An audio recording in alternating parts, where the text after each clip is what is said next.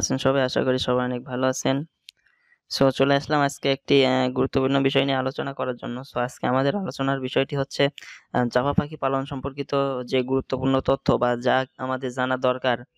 তো সেই বিষয়টি নিয়ে আমি আজকে আলোচনা করব। অর্থাৎ এই আজকের ভিডিওটি সম্পূর্ণ রকম জাভা পাখি পালনের উপর, যে জাভা পাখি পালনের জন্য আমাদের কোন কোন বিষয় খেয়াল রাখা উচিত সেই বিষয়গুলো নিয়ে আজকে আলোচনা করব।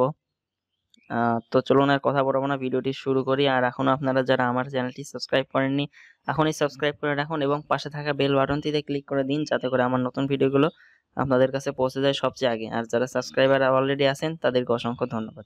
তো চলুন ভিডিওটি শুরু করি।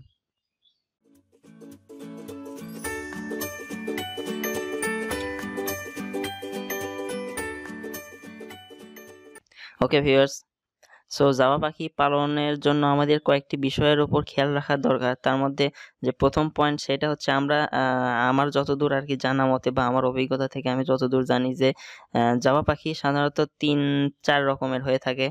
Black Java, white Java, silver Java and আরেকটা আছে হচ্ছে লাল কালারের একটা মানে হালকা লাল। আমি ছবিতে দেখিয়ে দিচ্ছি যে লাল কালারের জাভাটা, সেইটা হচ্ছে হালকা লাল, এই জাভা।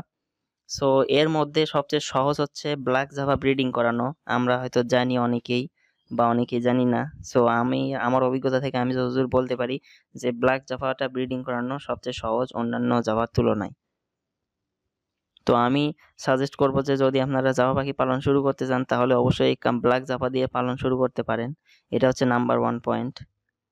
আর নাম্বার 2 অর্থাৎ 2 নাম্বার পয়েন্ট যেটা সেটা হচ্ছে অবশ্যই এক জোড়ার বেশি দিয়ে শুরু করবেন। এড়াল পাখি এক জোড়ার বেশি কিনে সেখান থেকে পালন শুরু করতে পারেন। তো নাম্বার 3 নাম্বার পয়েন্ট যেটা জাভা পাখির সিড মিক্স। জাভা পাখির সিড মিক্স এটাই হচ্ছে আসল কথা আজকের। যে সিড মিক্স আমি দেখেছি অনেকে সিড মিক্স খাওয়ায়। চীনা, কাউন, তিসি, গুজি তিল, আরো অনেক রকম হিজিবিজি সিডস, অনেক কিছু সিড দিয়ে থাকে তারা। কিন্তু তারা অনেকেই ক্যানারি সিড নামক একটি সিড আছে যেটা জাভা পাখির জন্য খুবই গুরুত্বপূর্ণ। অর্থাৎ এই ক্যানারি সিড ছাড়া জাভা পাখির ডিম বাচ্চা করা সম্ভবই না, এরকম একটা। সো এই ক্যানারি সিডটা অনেকেই দেয় না।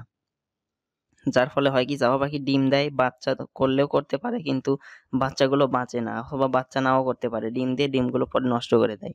সো এই কারণটায় বা এই ঘটনাটা ঘটে থাকে এই শুধু প্রপার সিড মিক্স না দেওয়ার কারণে। অর্থাৎ সিড মিক্স রেশিওতে যদি ক্যানারি সিডটা না রাখা হয় তাহলে এই ঘটনাটা ঘটে। সো আপনারা অবশ্যই ক্যানারি সিডটা রাখবেন জাভা পাখির সিড মিক্সে।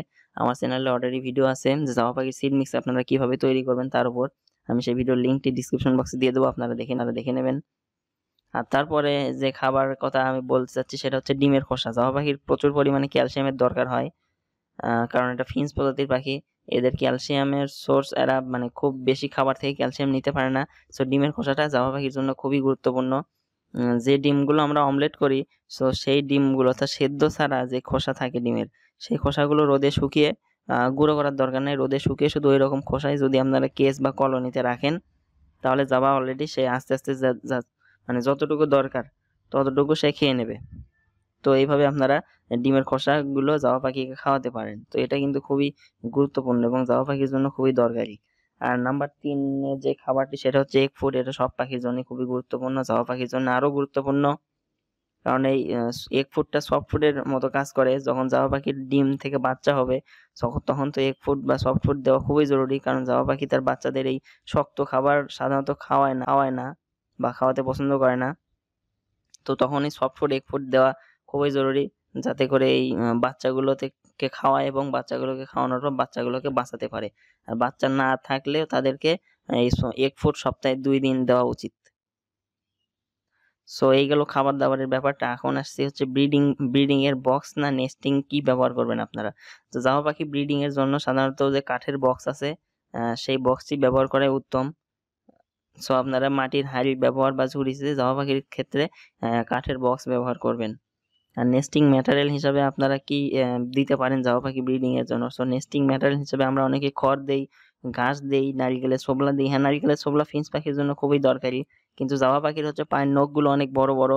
যদি আপনারা বা নারিকেলের ছোবলা দেন অথবা শুকনো ঘাস দেন তাহলে ওই পায়ের সাথে যখন জাভা পাখি মানে ডিম দেবে, ডিম দেওয়ার পর যখন হাঁড়ি থেকে বের হয়ে খাতে আসবে তখন ওই পায়ের সাথে হয় কি ওই ছোবলাগুলো আটকে যায়, যাতে করে ডিমগুলো বাইরে পড়ে যায়। যখনই সে বাইরে চলে আসে ওই ছোবলাগুলো তার নখের সাথে আটকে যায়, ডিমগুলো বাইরে পড়ে যায়। এই সমস্যাটা জাভা পাখির ক্ষেত্রে ঘটে।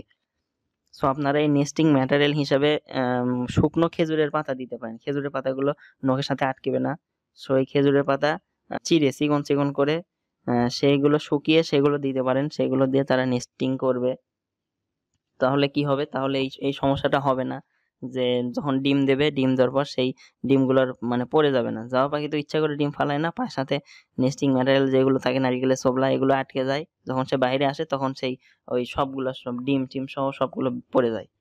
তো এই সমস্যাটা আর হবে না। শুকনো খেজুরের পাতা আপনারা ব্যবহার করতে পারেন।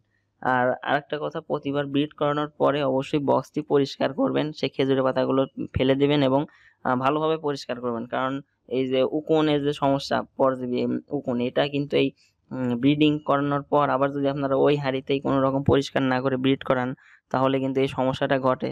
সো আপনারা কি করবেন, ব্রিড করানোর পর, প্রতিবার ব্রিড করানোর পর জাবা পাখির যে বক্স থাকবে সেটা ভালোভাবে পরিষ্কার করে জীবাণুনাশক দিয়ে পরিষ্কার করে আবার নতুন করে ব্রিডিং এর জন্য দিবেন।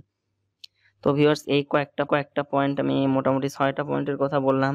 এগুলো আপনাদের খেয়াল রাখা খুবই দরকারি যদি জাবা পাখি ব্রিড করাতে চান বা জাবা পাখি পালন করতে চান। আবার আপনারা যদি মনে না থাকে আবার ভিডিওটি আগে গিয়ে শুনে আসবেন যে আমি কি পয়েন্টের কথা বলেছি। সো ভিউয়ার্স, এগুলো মানার চেষ্টা করবেন, তাহলে জাবা পাখিতে ইনশাআল্লাহ সফলতা আসবে।